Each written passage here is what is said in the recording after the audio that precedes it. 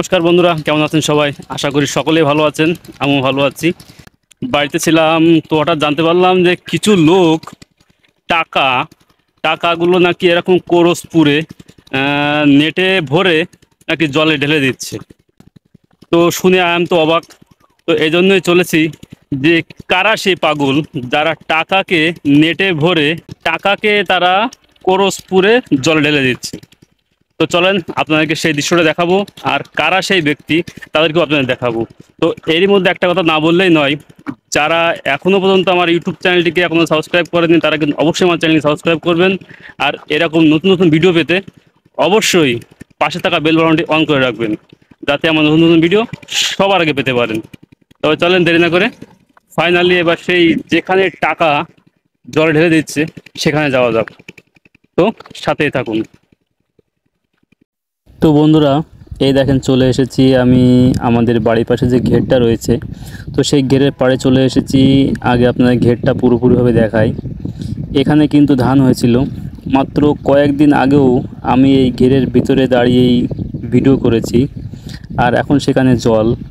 এই দেখেন আমি জুম করছি, ওই ভেড়ির উপর থেকে দেখেন একটা দুটো তিনটে চারটা পাঁচটা বড় বড় স্যালো মেশিন চলছে।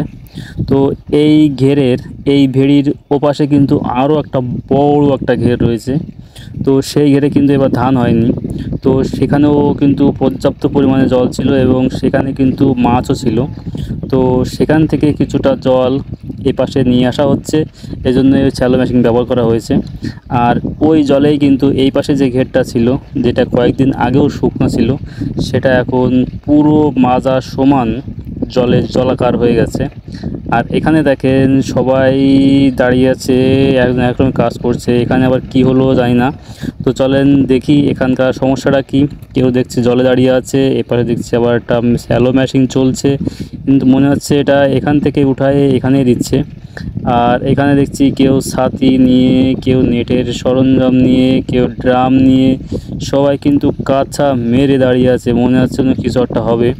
তো দেখতে দেখতে ড্রামের ভিতরে অনেকগুলো মাছ দেখতে পেলাম। দেখেন মাছগুলো কীভাবে করছে। এর ভিতরে একটা মাছ তুলে ফেললো, এটা হয়তো কোনো ডিস্টার্ব আছে। তো দেখেন এগুলো কিন্তু সব টাকা, এইগুলো সব টাকা। এই টাকা, এটা কিন্তু এখন ছোট টাকা, এটা কিন্তু এখন পয়সাও বলা যায় না, এটা এখন টাকাই। এই দেখেন এটা কিন্তু গাড়িতে করে যে মাছগুলো এসেছে এগুলো কিন্তু সব অক্সিজেন দেওয়া। দেখেন ভিতর থেকে কিন্তু অক্সিজেন উঠছে, দেখেন গ্যাজা হয়ে গেছে, এ কিন্তু সবই অক্সিজেন। তো এই মাছগুলো এখন ঘেরে ছেড়ে দেওয়া হবে। এটা কিন্তু গাড়িতে আছে। আমি গাড়ির উপরে উঠে এটা একটা ভিডিও নিলাম, ক্যামেরাবন্দি করে ফেললাম আপনাদের দেখানোর স্বার্থে। এবার দেখেন ওই যে সামনে পিকআপ থেকে মাছ নামানো হচ্ছে, যে অক্সিজেনের ট্রামটা ওখানে আমি দেখেছিলাম, সেখান থেকে মাছ নামানো হচ্ছে। নামানোর পরে এখানে একটা মিটার বসানো হয়েছে এবং মিটারে ওজন করা হচ্ছে। আর পাশের ড্রামেও কিছু মাছ রাখা আছে, ওজনে কম পড়ে গেলে সেগুলো এখান থেকে নিয়ে ওজনের সঠিকভাবে পরিমাপ করা হচ্ছে। আবার পাশে একজন ছাতি মুড়ি দিয়ে বসে আছে, মনে হচ্ছে বৃষ্টি হচ্ছে। আবার অপর দিকে দেখেন হাতে হাতে করে এগুলো নিয়ে সোজা জলে, অপর শেষ প্রান্তে যে দাঁড়িয়ে আছে সে এগুলোকে জলে উন্মুক্ত করে দিল। আর মাছগুলো আস্তে আস্তে আস্তে আস্তে করে বা ওদের মতো করে দেখেন আস্তে আস্তে জলের সাথে মিশে গেল এবং অন্যত্র চলে গেল। তো এইভাবে পর্যায়ক্রমে দেখেন এক এক পর্যায়ক্রমে দেখেন মাছ নামতে আছে এবং ওজন করতেই চলেছে। এই ভাই কিন্তু ওজন করেই চলেছে।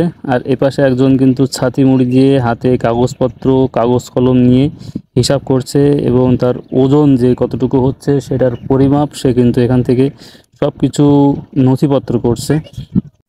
তো এখানে কিন্তু যারা রয়েছে সবাই কিন্তু কিছু না কিছু অবশ্যই করছে। দেখেন এপাশে কিন্তু ভাইয়েরা পরপর সিরিয়াল দিয়ে জল পর্যন্ত দাঁড়িয়ে আছে।